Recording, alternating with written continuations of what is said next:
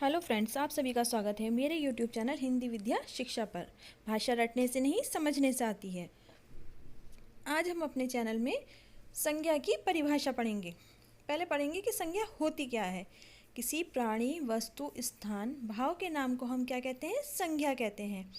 प्राणी यानी कि कोई इंसान भी हो सकता है, पशु पक्षी कुछ भी हो सकता है।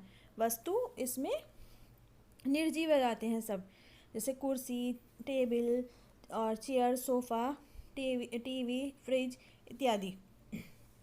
स्थान, कोई जगह भी हो सकती है, कोई शहर भी, कोई देश भी, उसको भी हम संज्ञा ही कहते हैं। और भाव, जो हमारे अंदर से क्या है, फीलिंग्स निकलती है, भाव निकलता है, उसको हम क्या कहते हैं? संज्ञा के नाम से जानते हैं। वो कौन सी हमारी संज्ञा है? भाववाचक संज्ञा है। ये सब चीज़ें हम दैनिक जीवन में पढ़ते हैं और ये दूसरी तीसरी क्लास में आसानी से पढ़ाई जा रही होती। क्या? संज्ञा की परिभाषा। लेकिन क्या है, हम संज्ञा को यहाँ डिटेल से जानेंगे जो आगे है। इस प्रकार से पहले हम संज्ञा के भेद पढ़ेंगे। संज्ञा के भेद। संज्ञा के मुख्य रूप से 3 भेद होते हैं। पहला, व्यक्तिवाचक संज्ञा, प्रॉपर नाउन, जातिवाचक संज्ञा, कॉमन नाउन, और तीसरा हमारा भाववाचक संज्ञा, एब्स्ट्रैक्ट नाउन। अब हम इनको एक एक करके क्या है, डिटेल में पढ़ेंगे कि हमारा व्यक्तिवाचक संज्ञा क्या होता है, जातिवाचक संज्ञा क्या होता है और भाववाचक संज्ञा क्या होता है। जिन बच्चों ने ये नहीं पढ़ रखा होगा उनके लिए ये अलग सी चीज़ है। तो चलिए आइए आगे पढ़ते हैं। पहला है हमारा व्यक्तिवाचक संज्ञा। जिस शब्द से किसी विशेष व्यक्ति, वस्तु या स्थान के नाम का बोध हो उसे हम व्यक्तिवाचक संज्ञा कहते हैं।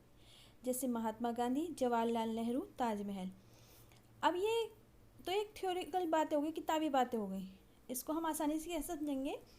हम समझेंगे कि महात्मा गांधी जो है वो क्या है, एक ही हैं। जवाहरलाल नेहरू क्या है, एक ही हैं। ताजमहल, महल तो बहुत सारे हैं लेकिन क्या है, ताजमहल केवल एक ही है। यानी कि जो अपने आप में एक विशेष रूप से हो उसे हम व्यक्तिवाचक संज्ञा कहते हैं। यानी कि अगर हम पुरुषों में गिनती करेंगे तो बहुत सारे पुरुष आ जाएंगे, जवाहरलाल नेहरू, गांधी जी, मतलब बहुत सारे आ जाएंगे। लेकिन उन सब में क्या है, एक विशेष बात क्या है, महात्मा गांधी, जवाहरलाल नेहरू, ये एक एक पर्सन के नाम है। और ताजमहल, महल तो हमारे बहुत सारे हैं, लाल किला हुआ और जयपुर में बहुत सारे महल है, हवा महल है। लेकिन क्या है, इन सब में ताजमहल क्या है, केवल एक ही है। तो जो हमें केवल एक ही का विशेषता को बताता हो वो हमारा व्यक्तिवाचक संज्ञा के अंतर्गत आता है। सेकंड है हमारा जातिवाचक संज्ञा यानी कि कॉमन नाउन। जिस शब्द से किसी प्राणी या वस्तु की समस्त जाति का बोध होता है उन शब्दों को जातिवाचक संज्ञा कहते हैं। जैसे पहाड़, नदी, सैनिक। अब व्यक्तिवाचक और जातिवाचक कुछ समझ में नहीं आया, मतलब वो भी, उसमें भी नाम थे, इसमें भी नाम है, तो कैसे समझेंगे हम? मान लीजिए एक लड़का है। अब लड़के, अगर बहुत सारे बॉयज़ हैं तो उनको बॉयज़ कहेंगे या लड़के कहेंगे या लड़कों कहकर पुकारेंगे, ठीक है। लेकिन उनमें से किसी का नाम रमेश होगा, किसी का नाम राम होगा, किसी का नाम मनु होगा। तो हम जब विशेष रूप से किसी एक को बुलाते हैं और उसके नाम से संबोधित करते हैं तो क्या है, वो व्यक्तिवाचक है। और अगर हम किसी को लड़का कहकर बुला रहे हैं तो वो क्या है, जातिवाचक है। उसी तरह से माउंट एवरेस्ट है, नीलगिरी पर्वत है, तो ऐसे बहुत सारे पहाड़ हैं, तो वो क्या है, हमारे व्यक्तिवाचक संज्ञा के अंतर्गत आएंगे। लेकिन जातिवाचक संज्ञा पहाड़, इसके अंदर सारे जितने भी पहाड़ हैं सबको रिप्रेजेंट कर रहा है, मतलब ये पूरी एक जाति बता रहा है। उसी तरह से महिलाएं, इंदिरा गांधी एक व्यक्तिवाचक हो गया और जो सारी महिलाएं हैं वो क्या है, जातिवाचक हैं। लड़कियां भी जो है जातिवाचक संज्ञा के अंतर्गत आती हैं। नदियां जातिवाचक संज्ञा है, जबकि गंगा, यमुना, सरस्वती, ब्रह्मपुत्र सब अगर हम किसी स्पेशल नदी का नाम लेके बताएंगे तो हमारा वो क्या है, वो व्यक्तिवाचक संज्ञा के अंतर्गत आएगा। तो आप लोग कंफ्यूज मत होइएगा। जहाँ पर पूरे एक ग्रुप के नाम से हम किसी को बुला रहे हैं वो हमारा क्या है सॉरी वो हमारा जातिवाचक संज्ञा है। और जहाँ हम किसी को एक विशेष नाम से पुकार रहे हैं वो हमारा क्या है, वो व्यक्तिवाचक संज्ञा है। जैसे अभी हमने ताजमहल का उदाहरण देखा था, तो महल तो बहुत सारे होते हैं परंतु क्या है, उनमें से ताजमहल हवा महल, ठीक है, लाल किला, ये सब जो है एक अलग से पहचान है इनकी। ये सब पूरे विश्व में क्या है, एक ही हैं, एक ही नाम से ही जाने जाते हैं।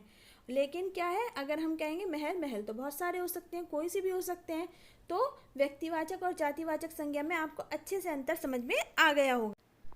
अब तीसरा हमारा आता है भाववाचक संज्ञा। भाववाचक संज्ञा क्या होती है? जिन संज्ञा शब्दों से हम किसी भाव, दशा या अवस्था का पता चले उसे भाववाचक संज्ञा कहते हैं। अब जैसे कि इसके नाम से ही स्पष्ट हो रहा है, भाव यानी कि हमारी फीलिंग, जिसको हम खाली महसूस कर सकते हैं, हम उसको देख नहीं सकते। उसके एग्जाम्पल हैं जैसे दुखी, बुढ़ापा या खुश होना, या फिर दरिया दिली, है ना, विनम्र स्वभाव का, या किसी को मदद करने वाला हो। तो इस तरह के जो वर्ड हम यूज़ करते हैं वो हमारी भाववाचक संज्ञा के रूप में प्रयुक्त होते हैं। अब कोई अगर दुखी है तो वो जो है कोई, हम उसको पकड़ नहीं सकते, खाली हम महसूस कर सकते हैं कि सामने वाला दुखी है। कोई बुढ़ापा है, किसी को कोई बूढ़ी औरत देखेंगे तो हम पहचान लेंगे कि बूढ़ा है, लेकिन क्या है, वो लटक नहीं रहा है, उसके गले में कोई लटका कोई चीज़ नहीं है उसको जिसे हम पकड़ लें, खाली हम महसूस कर सकते हैं। अब किसी को जो है कोई तकलीफ़ हुई है और कोई उसकी सहायता के लिए आ गया तो कहेगा कितना जो है सहायक स्वभाव का है, जो है फ़ौरन दूसरे की सहायता के लिए फ़ौरन आगे बढ़ता है, होता है ना ऐसा। तो ये सब जितनी भी संज्ञाएं हैं जो भाववाचक संज्ञा के अंतर्गत आती हैं, तो इन संज्ञाओं को हम केवल क्या है, महसूस कर सकते हैं, हम इनको जो है देख नहीं सकते, खाली हम उनको महसूस कर सकते हैं। तो मैं उम्मीद करती हूँ कि आपको भाववाचक संज्ञा, व्यक्तिवाचक संज्ञा और जातिवाचक संज्ञा बहुत अच्छे से समझ में आ गई होगी। अगर अभी भी आपको कोई कंफ्यूज है तो आप मुझे कमेंट्स कर बता सकते हैं, मैं आपका कन्फ्यूज़न दूर कर दूँगी। वीडियो पसंद आई तो इसे लाइक, शेयर और सब्सक्राइब करिएगा। धन्यवाद।